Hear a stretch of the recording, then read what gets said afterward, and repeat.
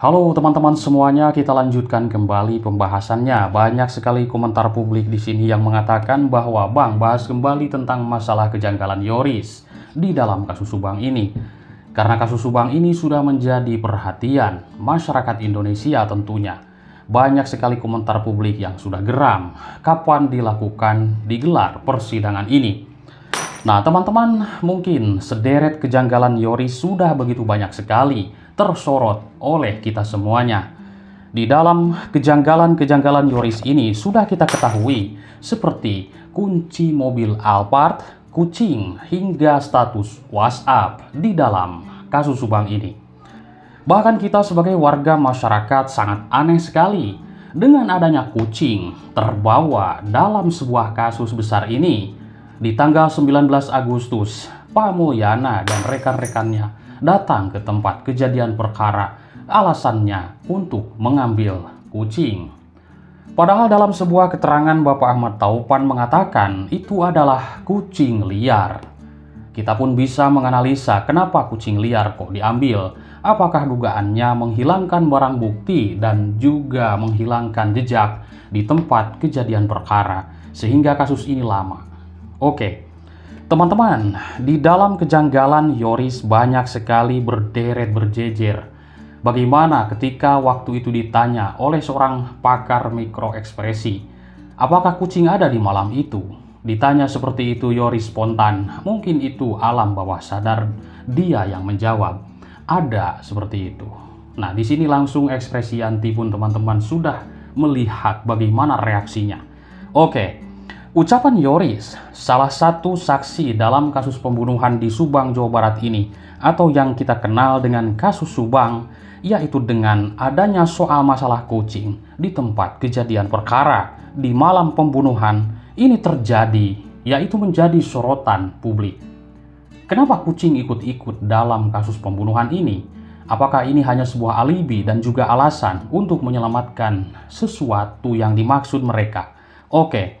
Untuk diketahui dalam kasus pembunuhan ini atau yang kita kenal sudah di masyarakat ini dikenal dengan kasus Subang, berjalan sekarang hampir 3 tahun lebih lamanya. Namun belum juga ada menemukan titik terang meskipun sudah ada tersangkanya.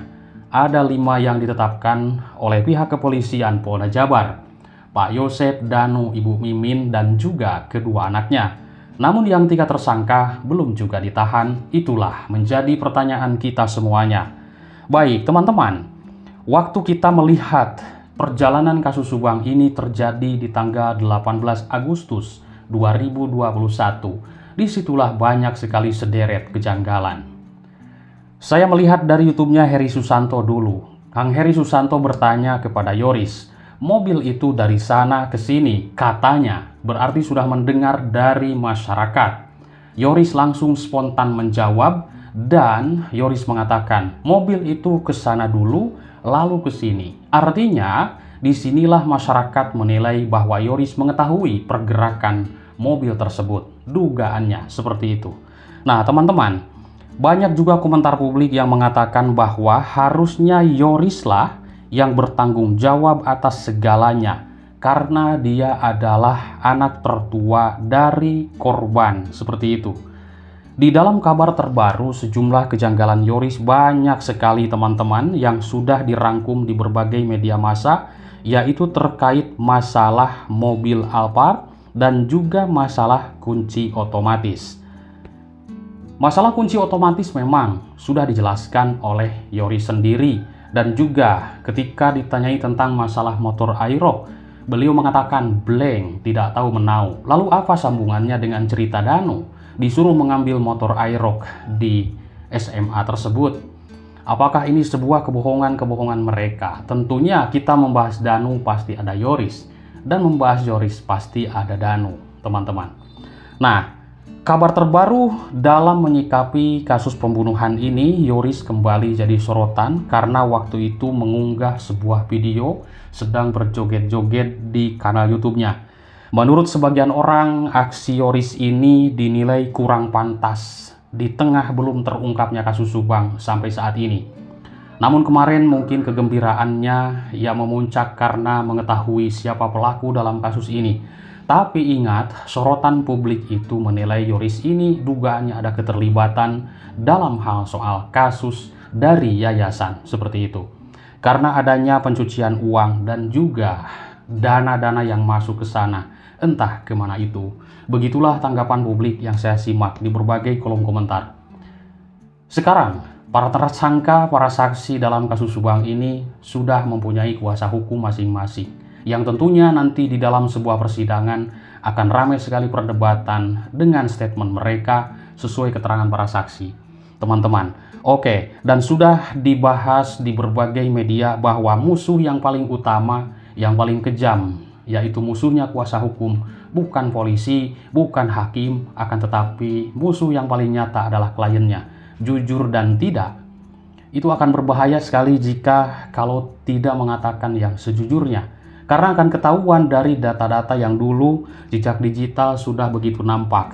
Oke teman-teman, menurut sebagian orang, saksi Yoris ini memang tidak pantas. Yoris dinilai yaitu daripada mengunggah joget-joget lebih baik mencari pelakunya. Dan juga vokal dalam berbicara di berbagai media massa, siapakah sebenarnya pelaku dalam kasus ini.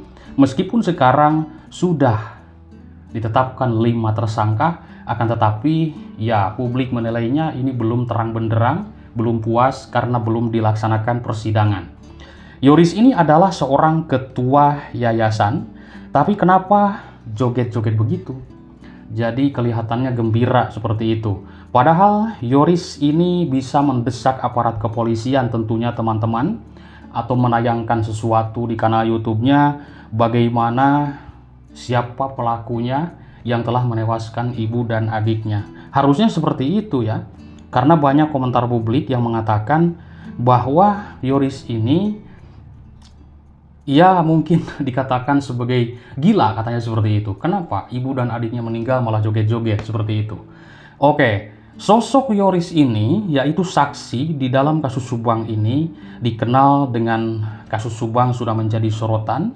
Yoris sudah diketahui adalah anak tertua. Nah, terkait masalah ekspresi, Yoris dan juga istrinya terkesan tidak terlihat sedih teman-teman dalam kasus ini.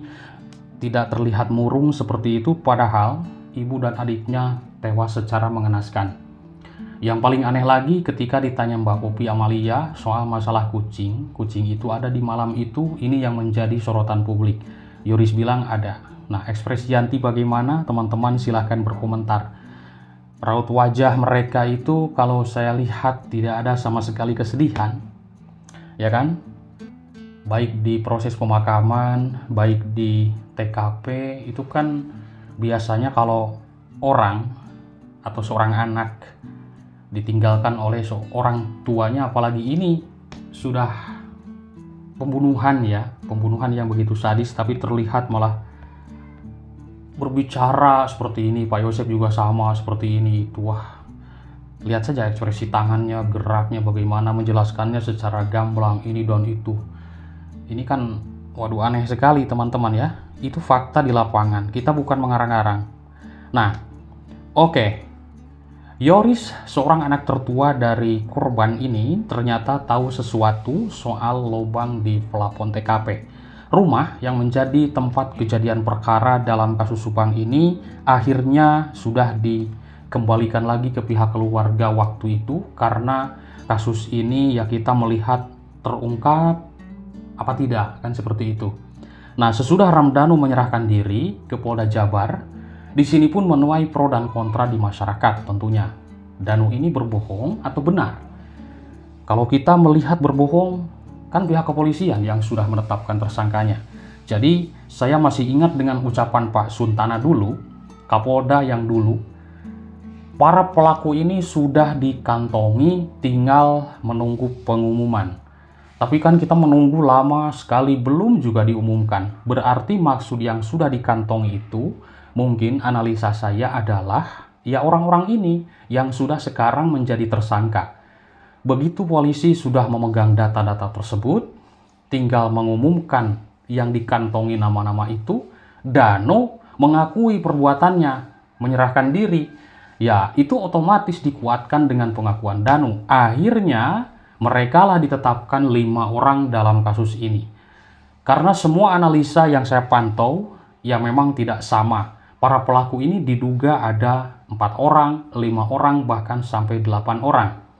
Yang membantu, yang mengetahui, dalang, orang yang menghilangkan jejak segala macam, teman-teman. Nah, di sini muncullah obstruction of justice sekarang ini. CCTV hilang gitu kan, jejak hilang, barang bukti banyak yang hancur, yang hilang. Karena kasus ini memang kalau saya lihat dari pihak keluarga tidak mau ingin terungkap. Kalau saya menilai gitu ya. Karena beda, orang keluarga yang kasus misalkan ingin terungkap, itu mendesak teman-teman kepada pihak yang berwajib. Sudah sampai mana penyelidikannya kan seperti itu. Ini kan diam-diam saja seperti itu kan. Kakak-kakaknya malah santai-santai, malah joget-joget, ketawa-ketawa. Ini kan aneh. Nah, banyak juga yang komentar ini adalah konspirasi. Ingin sekali kasus ini jangan sampai terbongkar karena ada tujuan tertentu. Itu analisa publik yang saya baca, yang saya simak di berbagai kolom komentar.